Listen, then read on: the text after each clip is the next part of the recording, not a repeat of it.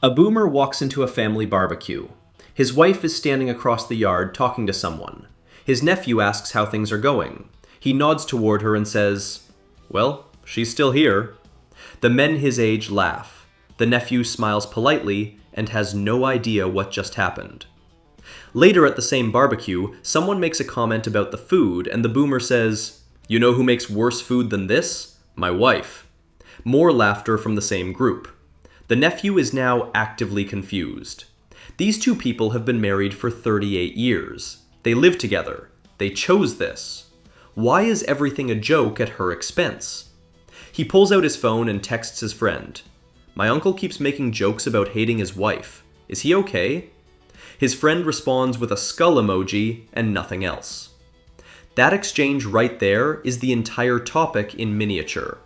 Two people at the same barbecue hearing the same joke, one laughing and one filing a mental wellness check. The humor didn't land. It didn't even register as humor. It registered as a cry for help. My name is Eddie Freeman. Every week on this channel, we look at why generations experience the world completely differently, and why what's funny to one generation makes another generation deeply uncomfortable. Why are they like that? Subscribe if that's your kind of thing. To understand where this joke came from, you have to go back further than boomers. A lot further. The nagging wife and the henpecked husband are not boomer inventions. They're ancient. The battle of the sexes dynamic has been a staple of comedy going back to vaudeville, to early radio, to the very first sitcoms that landed in American living rooms in the 1950s. The Honeymooners, I Love Lucy, Married with Children much later. The comedic grammar was always the same. Domestic life is miserable, wives are the source of that misery, and the husband's suffering is the joke. Boomers didn't create that template. They inherited it. It was what comedy looked like when they were growing up. It was on television every night, it was in newspaper cartoons, it was what stand-up comedians did on talk shows. Rodney Dangerfield built an entire career out of it. Phyllis Diller made her husband, Fang, the centerpiece of her act for decades. This was the comedic water boomers swam in from childhood. By the time they were adults with their own long marriages, it was already hardwired as a comedic instinct. You complain about your spouse at the barbecue. You roll your eyes at the mention of her name. You make the leave pass joke when someone asks how you got out of the house for the evening. The room laughs because everyone in the room has the same shared reference. The joke means, marriage is hard, we all know it, we're still here, that's funny. It is genuinely a form of bonding, not cruelty, bonding. The problem is what the joke looks like from the outside when you don't share that context. Gen Z came of age in a completely different emotional landscape around relationships. They watched divorce rates climb. They watched millennials burn through situationships and talking stages and spend years processing their relationship trauma in public. They grew up in a culture where therapy language is normal, where emotional honesty is expected, and where the idea of staying in a relationship that makes you miserable is treated as something to examine, not joke about. They also grew up watching their boomer relatives make these jokes while standing next to the spouse they were supposedly complaining about. And the spouse is laughing too, or smiling, or rolling her eyes in a way that is clearly its own kind of participation. To a 22-year-old raised on authenticity culture, that's deeply confusing. If you hate her, why are you still here? If you don't hate her, why are you saying you do? What is the joke exactly? Where is the layer I'm supposed to understand? There's an observation that captures this perfectly. Someone wrote, "Previous generations circulate jokes about how much married life sucks, and then those same generations ask why nobody is getting married anymore." That's the tension in one sentence. The joke that was supposed to be harmless venting ended up functioning as decades of ambient advertising for how miserable marriage is. Younger generations absorbed it and drew their own conclusions.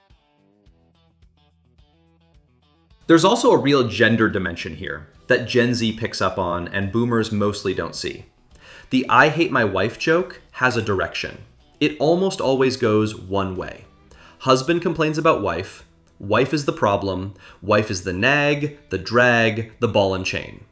There are versions where wives complain about husbands too, but the default direction of the joke, the version that became culturally embedded, points at the woman. That came directly from the social structure of mid-20th century marriage. Women couldn't have their own bank accounts without their husband's name on them until the 1970s. Divorce was stigmatized and in many cases practically inaccessible.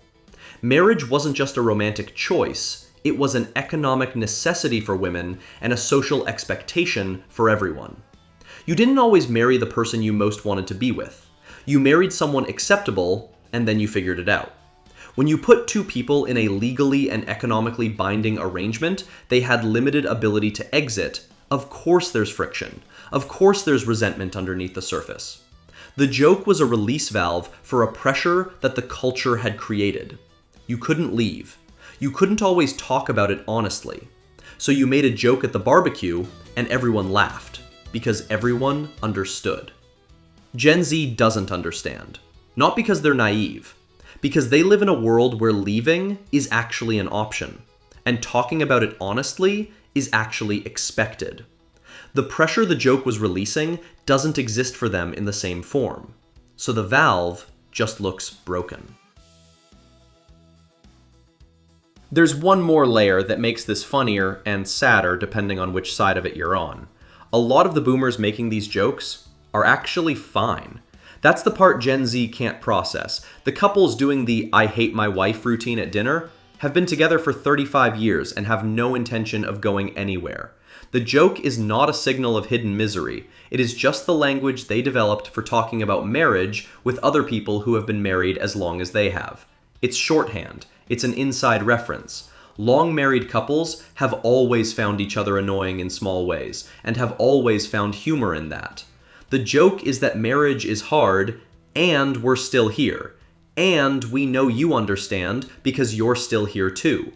The wife who's been married to this man for 3 decades is usually standing right there. She's not devastated. She's probably saying something equally unflattering about him 2 minutes later, and everyone is laughing again. To the boomer in the room, this is warmth. This is the comedy of shared survival. These people have raised kids together, buried parents together, gotten through financial disasters and health scares, and every mundane Tuesday for 40 years. The joke is the intimacy of the relationship expressed in the only language their generation was given for it. To the Gen Z nephew, it's a red flag wrapped in khaki shorts at a barbecue. Neither of them is entirely wrong. The joke carries real history inside it. It came from a time when marriage was structured in ways that created genuine resentment and gave people almost no tools to process or express it, except humor. That history doesn't disappear because the joke got passed down. At the same time, Gen Z's discomfort isn't oversensitivity. It's a legitimate response to language that, stripped of its original context, sounds like a person publicly dismissing someone they chose to spend their life with. When you don't have the decoder ring, the joke doesn't land as bonding, it lands as contempt. The funny thing is that what both generations actually want from a long-term relationship is pretty similar. Security, companionship, someone who's still there after all of it. They just have completely different ways of talking about what that looks like from the inside. One of them makes a joke about it at the barbecue, the other texts their friend a skull emoji and waits for a response.